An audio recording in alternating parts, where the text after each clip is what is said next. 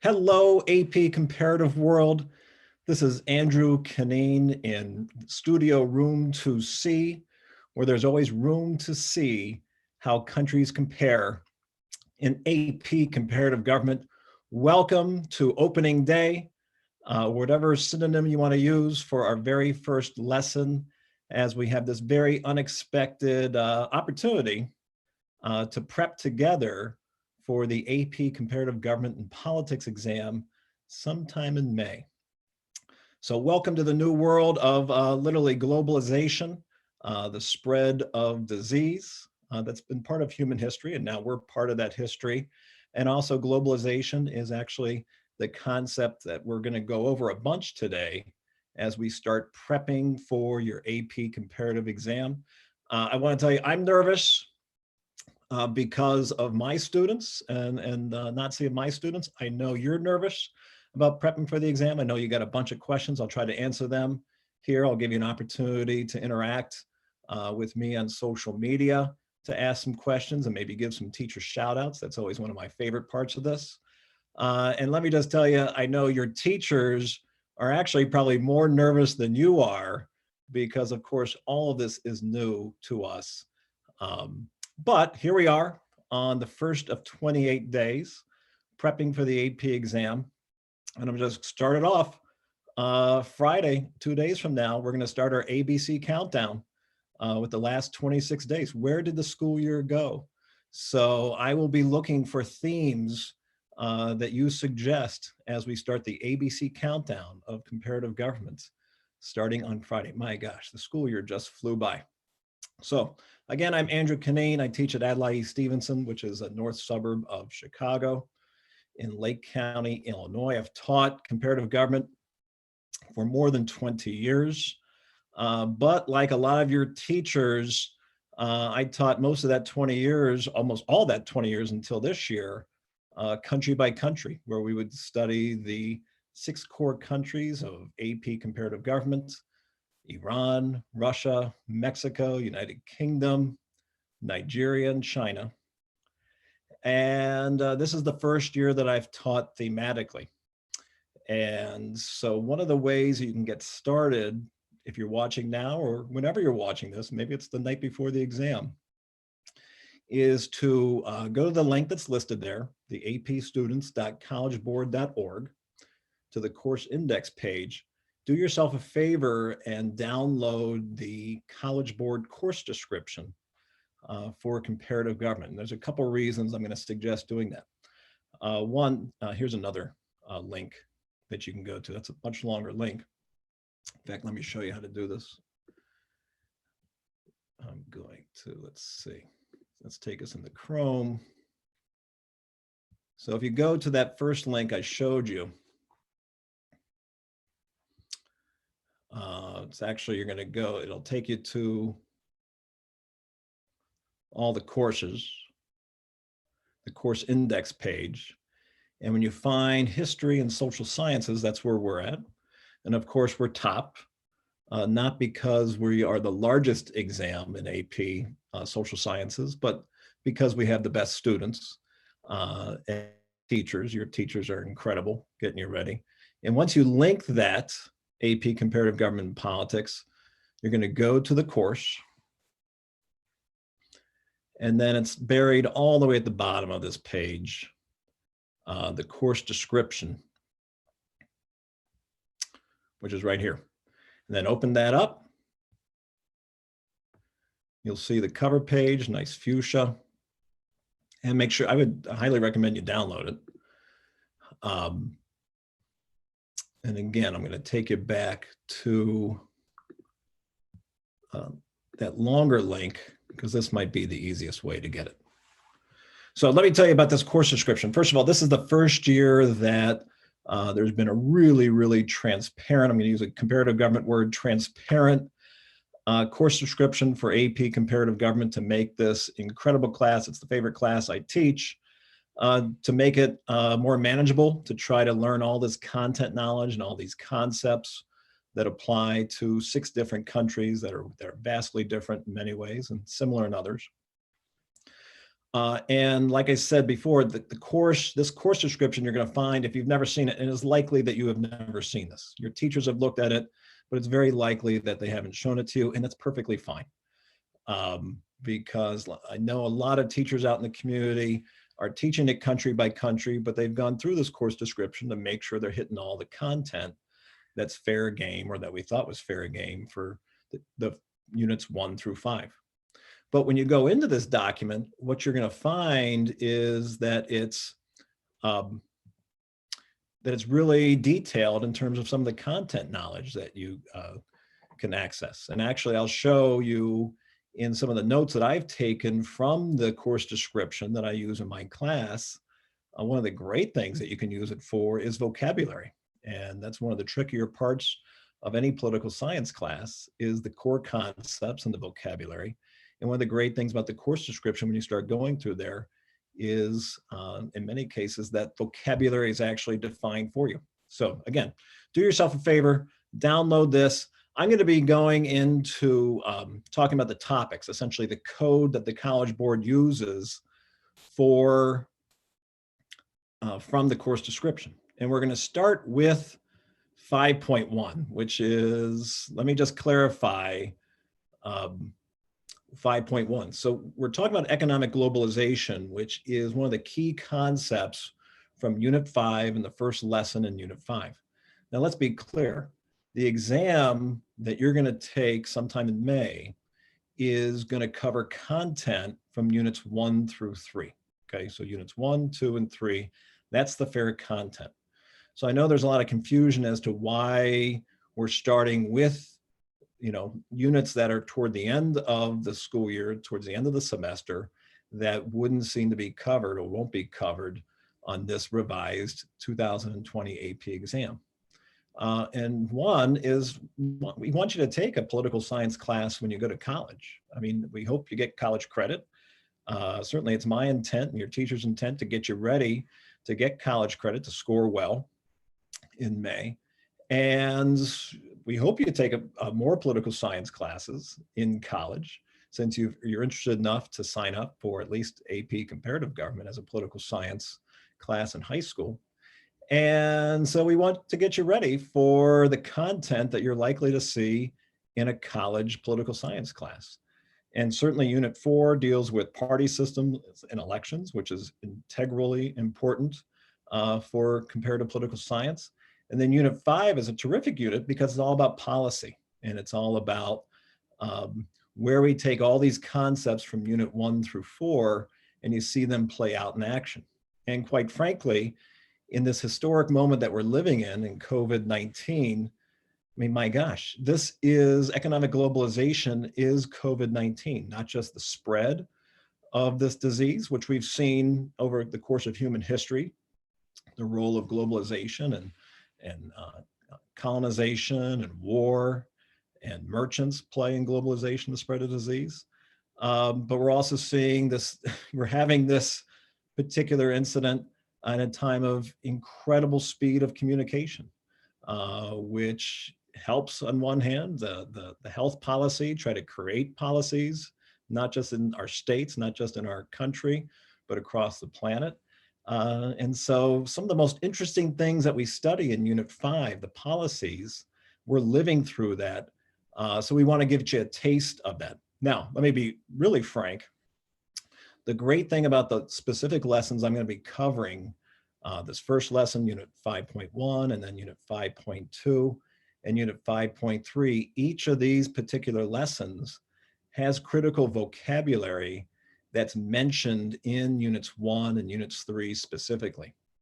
So it's my opinion that in kind of looking and diving deep in some of the policies, in this case, economic globalization, you're really, I think, going to be prepared if you get a question that relates to, let's say, neoliberalism, which is specifically referenced in Unit 3. And you'll see that I'll try to make those connections between concepts in Units 1 and Units 3, so that you feel like, hey, even though, again, this is Unit 5, there is some content that you might be able to put into an FRQ knowing about that. And then again, let's also realize that a lot of you who have done this country by country, this might be a lot of review for you. Unlike my students, we've done it thematically. We hadn't gotten to Unit 5 yet in class. And so if you've done it country by country, you might have a bit of an advantage here, which is terrific. So, like I said, we're talking about economic globalization. So a quick a warm-up activity here, just easy. What are the costs and benefits of economic globalization? Like I said, you can think about the events that we're going through today. And I'm going to give you a couple seconds here to think about some answers, costs and benefits, negatives and positives, and see how your list compares to mine. So when I was brainstorming this, I came up with this quick list of some of the costs being environmental degradation, which, again, if you've studied this class country by country, you've probably talked about environmental degradation in some of the core countries. But one of the benefits of globalization is increased access to information. And if you turn on cable news or any news where you get your news from social media, there's so much information, almost too much, right? That it's good to be informed, but in some cases it can cause anxiety. We're well aware of that. And in some cases there can be misinformation, particularly when it's so fast. A cost of globalization being income inequality. That's something I'll get into in these first 3 days. That's a reality of moving into an economically globalized economy, is you see income inequality, and the paradox of that is, but you also see growing prosperity. You see a lot of countries that grow in their affluence, even though that income inequality can increase. And then another cost is lost community identity. As we become a world of global brands, we can lose some of that community identity. And yet, let's be frank, one of the benefits of globalization is that you have common human bonds. It's easier than ever to access arts and culture and music from across the planet. The Olympics, which just announced that they're going to postpone, could be an example of that. Many of us enjoy sports that are based in countries outside the United States, like Formula One or soccer, football. And so those create common human bonds. So the costs and benefits, that's what we're talking about, economic globalization. I'll try to start off every lesson with a real specific kind of what we're going to do. And again, we're in 5.1. I'm using that code from your course description. Hopefully you're going to be able to access. You don't have to have it right now, but it helps give you a look at kind of where I'm getting this information from in the codes. So we're talking about the impact of global economic and technological forces, or how does economic globalization influence political policies? Specifically today, we're going to go into some GDP data, and more specifically, per capita GDP data. And hopefully from that data, you'll be able to explain how economic globalization influences political policies. And hopefully you'll be able to describe the data and explain its relationship to economic globalization. Like I said, I'm going to try to connect today's course content into big ideas and more specific words that we're getting from topic 1.1 from Unit 1 and topic 3.3 from Unit 3. And we are going to do some questions. I like to write questions. I like to write AP style questions, both multiple choice and free response. I'll show you some samples of both that I've written for my students to hopefully get you better at analyzing data, which is a skill that you probably will have to have for this test, particularly if FRQ number 2 is included. I'm going to show you a sample of FRQ that I've written for this occasion. And like I said, the lesson objective is to explain how global economic and technological forces influence political policies, behaviors, and culture. Just the big picture here is we have 28 days together. Again, the ABC countdown starts in 2 days. We will cover a lot of Unit we'll cover all of Unit 1, we'll cover all of Unit 2, we'll cover all of Unit 3. So that's most of the lessons that I'm going to cover with you are about the units that are fair game for the exam. But I'm going to do a day of synopsis toward the end on Unit 4 on elections and political party systems. And then my first 3 lessons are Unit 5. I'll do another synopsis lesson toward the end on Unit 5. But I'm going to really try to emphasize for you the critical vocabulary from these first 3 lessons in Unit 5 that I think could be fair game because they're referenced in Units 1 and 3. So I'll try to make those connections back into other big ideas constantly, and I'll try to provide a lot of resources for you, particularly practice questions that we'll do during these lessons and some practice questions that you can work on before the next lesson. So that's the daily agenda. And of course, we cannot forget one of my favorite parts of this are teacher shout outs. So if you have a particular teacher you want to give a shout out to sometime in the next 28 days, if you can tweet me a question, I'll try to spend time at the end of each lesson answering specific questions that you might have. And if you have appropriate comparative government memes, we'll see if we might be able to include those, or at least I'll describe them maybe. You can tweet those to hashtag APCompGov2020.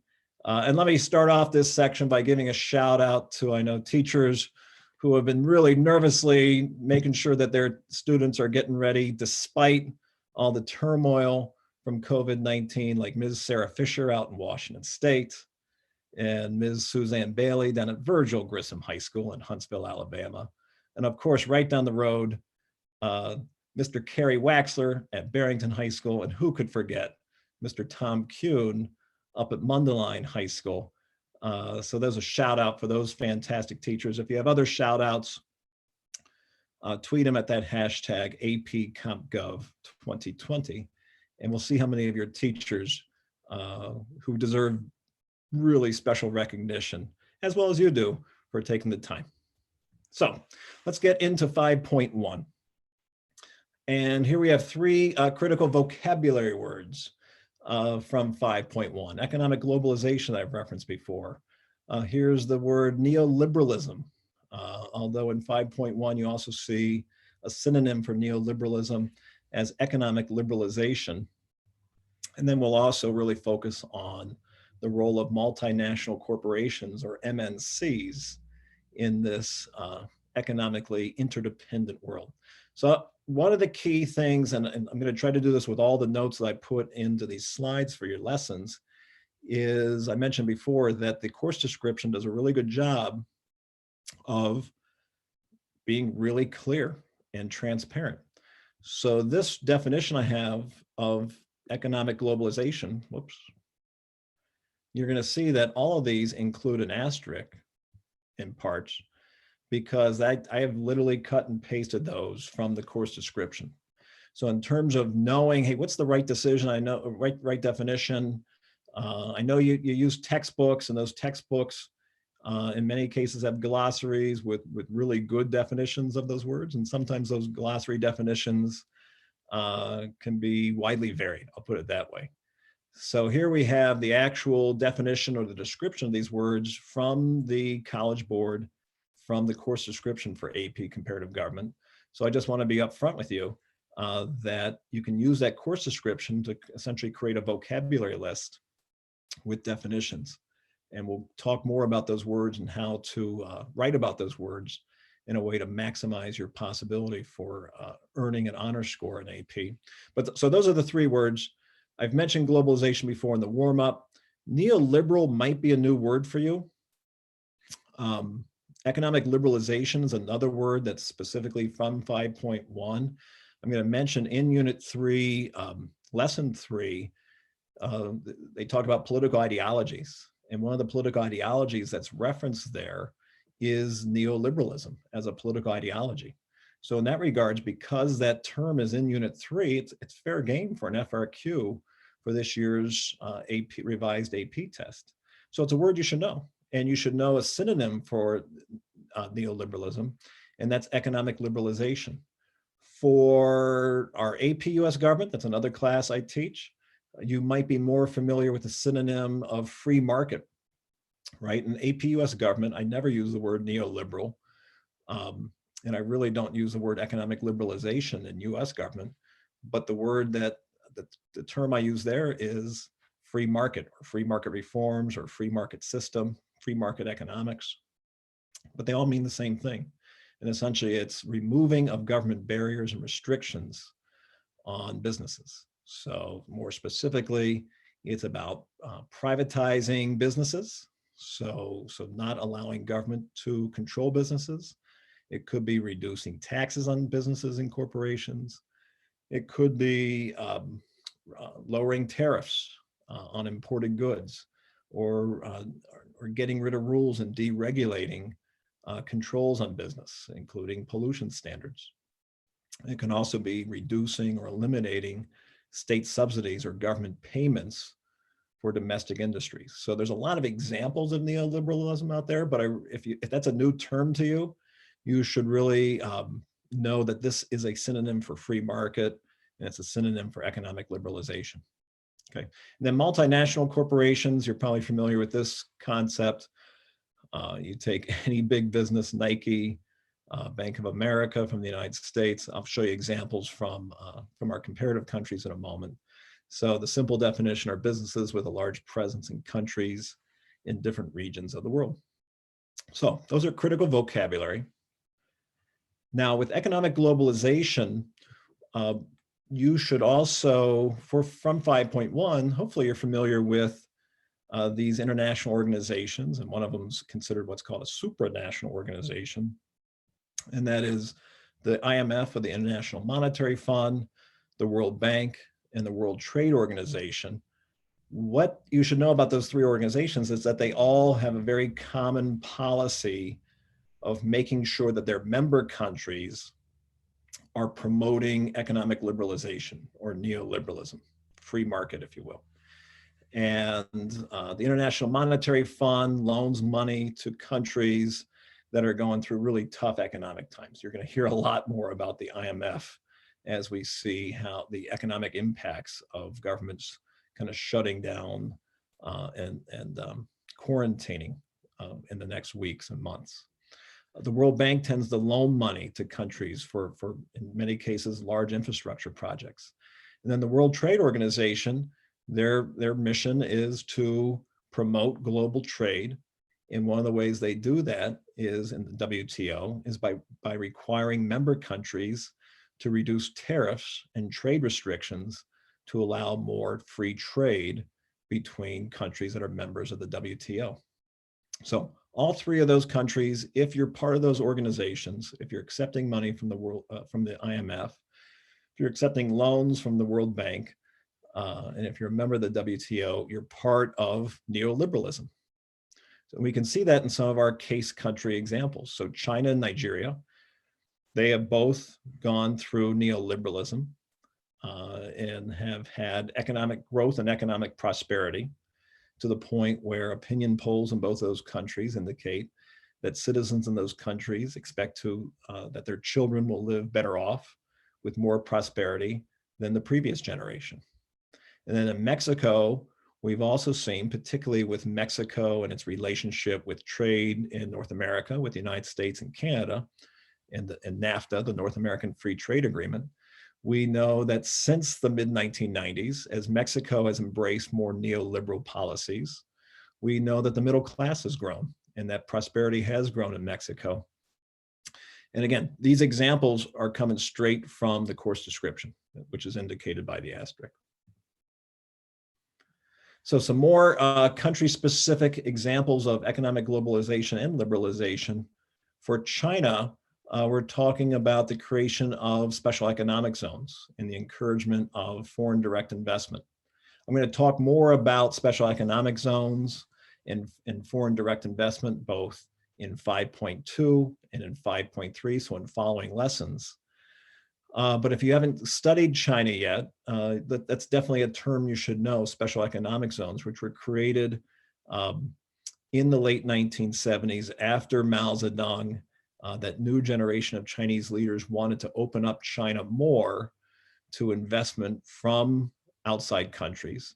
And so they created these special economic zones that allowed for outside investors to essentially start investing in factories in China, and also decentralize the central government's control over industrial production to a degree. It's still limited. China is in no sense a capitalist or free market economy.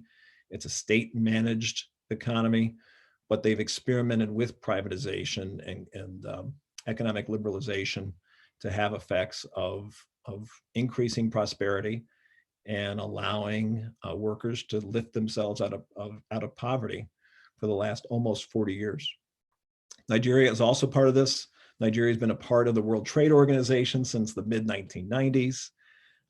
You've seen GDP increase, gross domestic product or economic productivity has increased in Nigeria, partly because of that.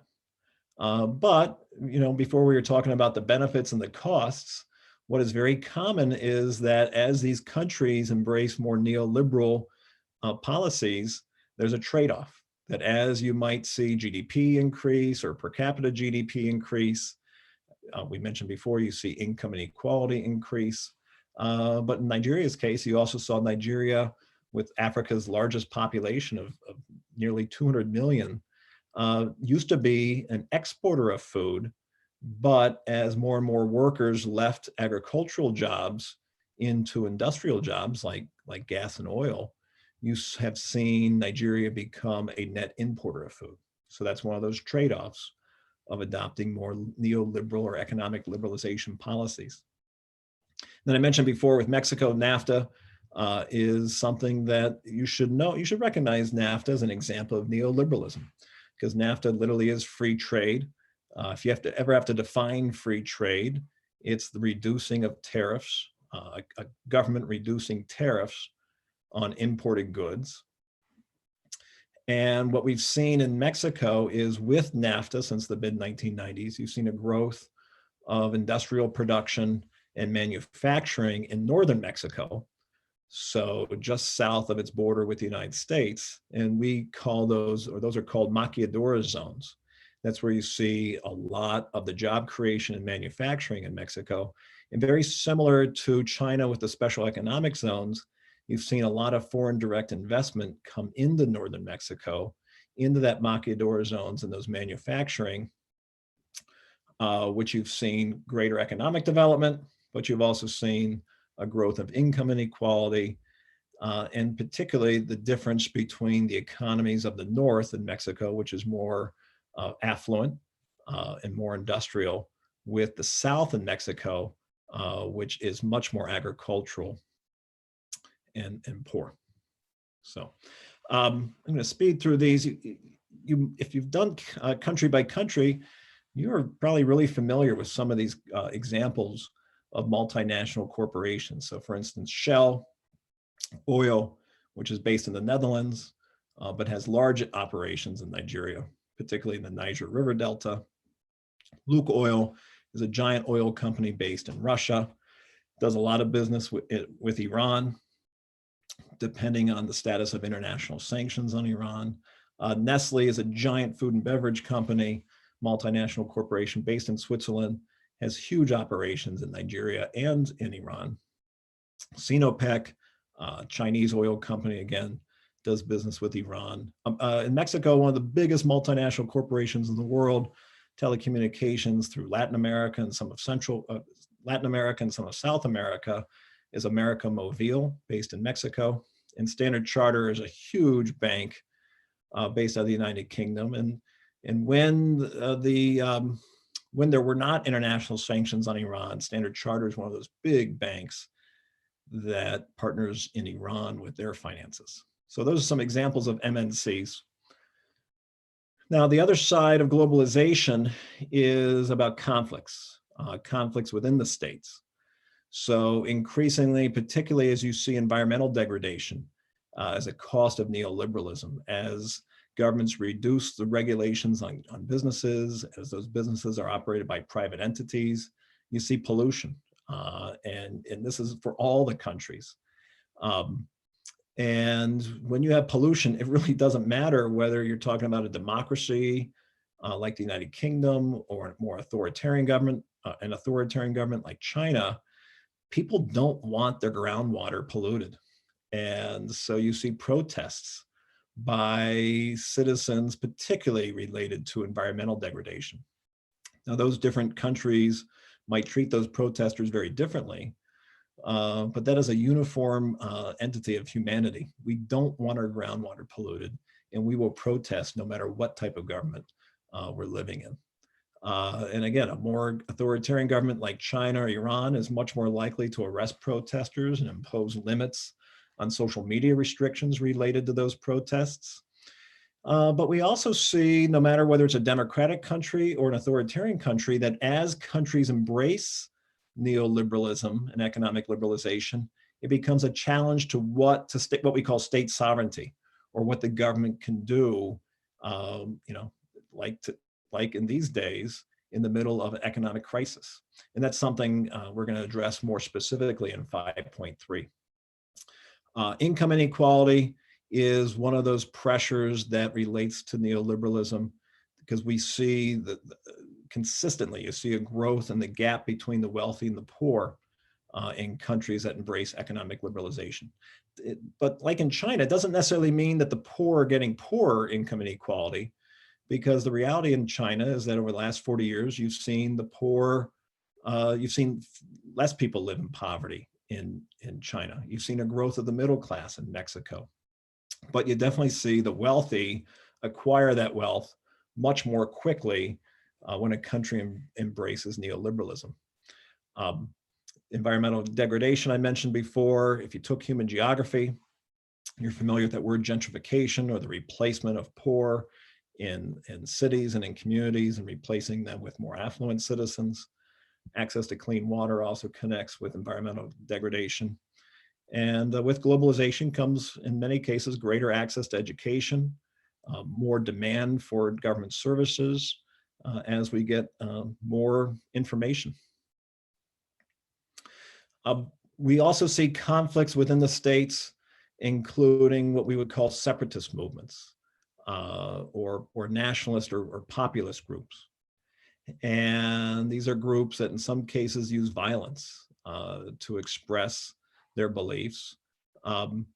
And you see this particularly in Nigeria with back in the 80s and 90s and early 2000s, more familiar with the group of MOSOP and MEND, the movement for the emancipation of the Niger Delta, related to ethnic tribal movements, but also protests against the environmental degradation by the oil industry.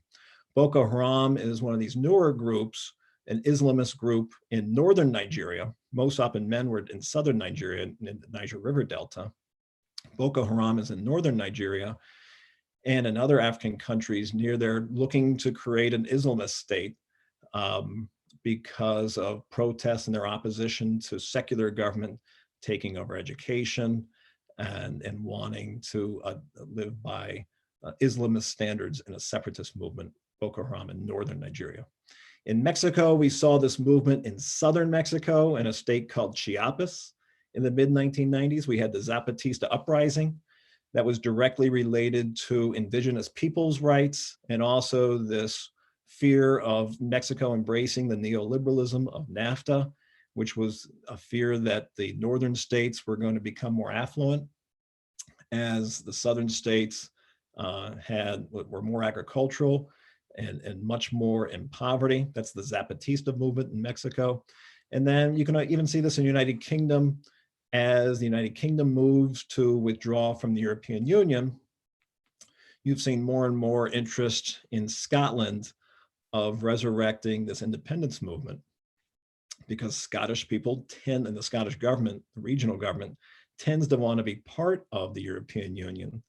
And if the United Kingdom withdraws from the European Union, that's going to be significant pressure on Scottish political leaders to increase the chance for independence for Scotland.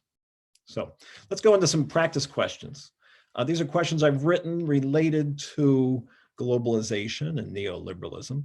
And we're focusing here on describing the data presented. So we have a data table on per capita GDP. Anytime you see data, no matter whether it's a multiple choice question or in this revised exam, if you get a data question, if FRQ is asked, make sure you read the title, make sure you read the X and Y axis. If there's an X and Y axis, labels are key to read. And of course, you want to read the data as well, but make sure you read the titles. Know what you're looking at before you get in there and trying to analyze data. And then of course, read the question. So use your literacy skills when it comes to interpreting data. In this case, it's a table on per capita GDP since joining the WTO. And it includes countries of China, Mexico, Nigeria, and Russia. And then the question is, which of the following countries experience a drop in their GDP per capita since joining the World Trade Organization? And I'm going to give you a second on that. And the answer is Russia, where Russia had 14,351 GDP per capita, but then it dropped to just over 11,000 by 2018. All right. The next question is actually related to that. In this case, we're looking at how to explain patterns and trends in data to draw conclusions. So in this case, which of the following could cause a drop in GDP per capita?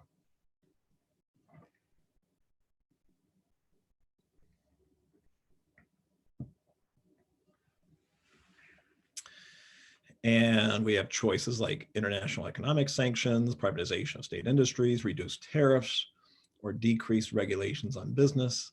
And the answer here is international economic sanctions.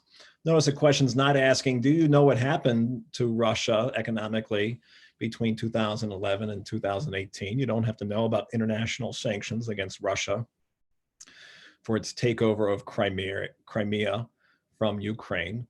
But if you know that, it could certainly help you get this. But all the other ones, we tend to see a growth in GDP per capita, but international economic sanctions obviously can hurt an economy and can reduce GDP per capita, as we saw in Russia. Here's a little bit trickier one. Explain a pattern, a trend in data. Here's the skill. Based on what you know about AP comparative core countries and data in the above table, which country had the largest GDP in 2018? In this case, you're going to be using some inference skills and implication.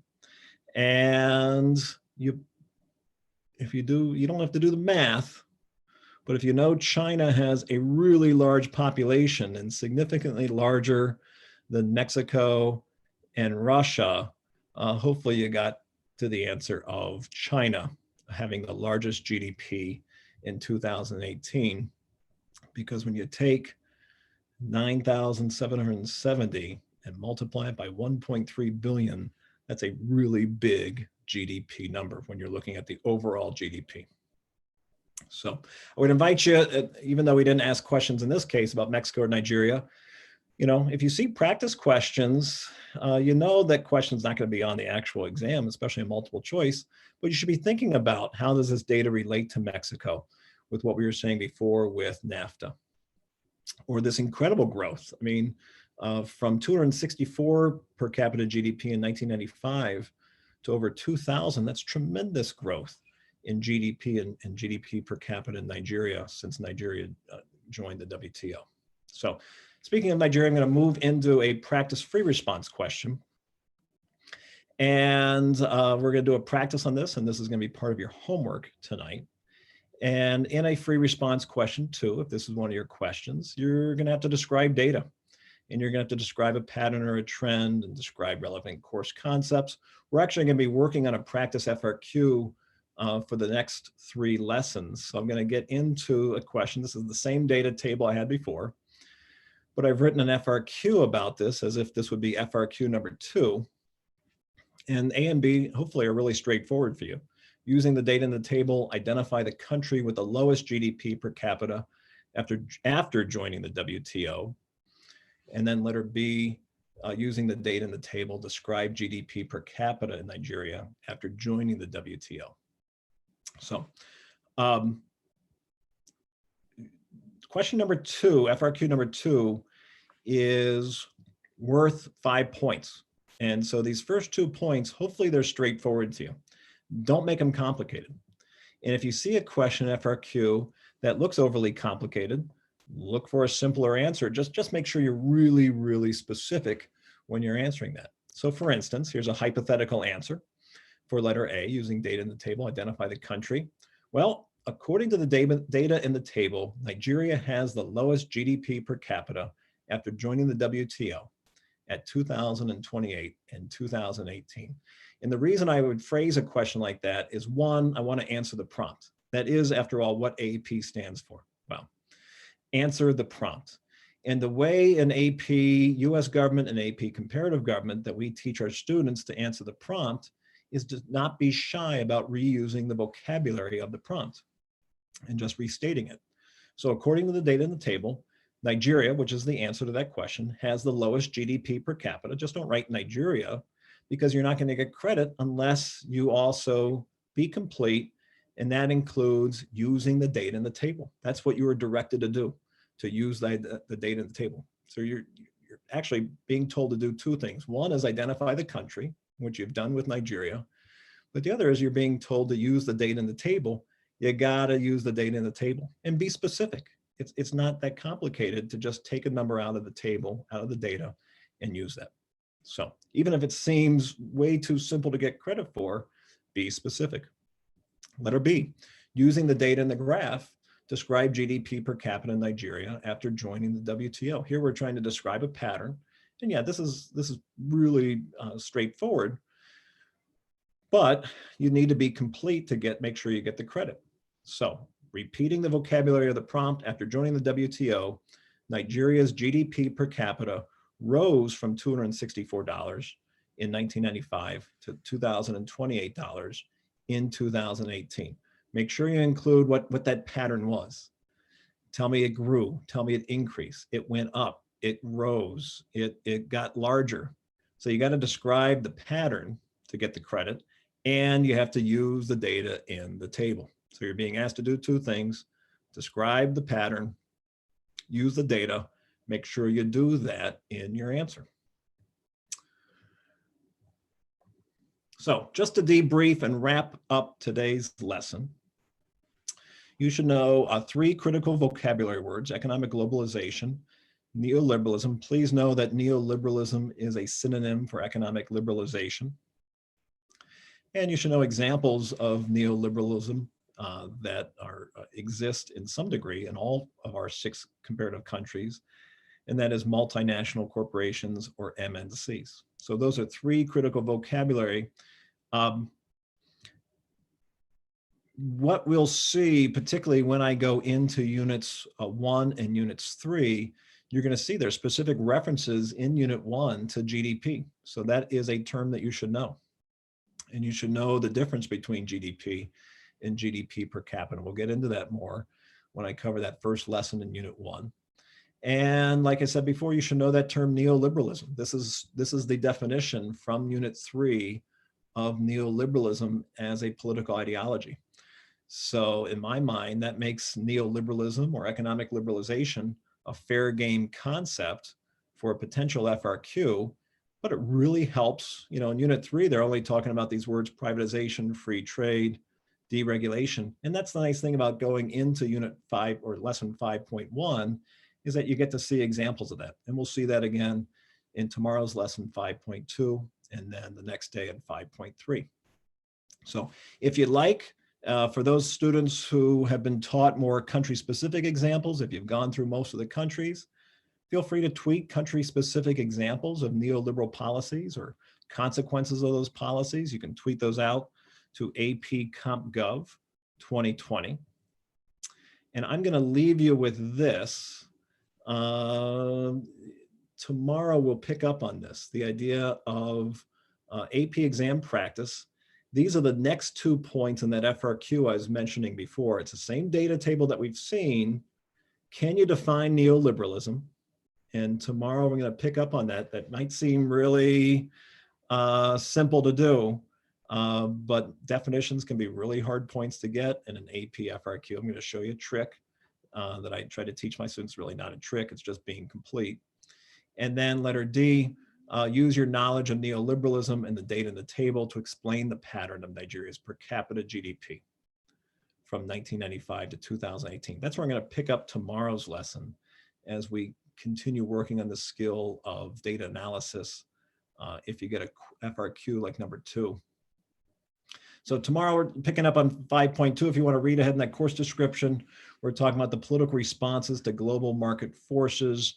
Again, feel free to tweet out shout outs to your teachers.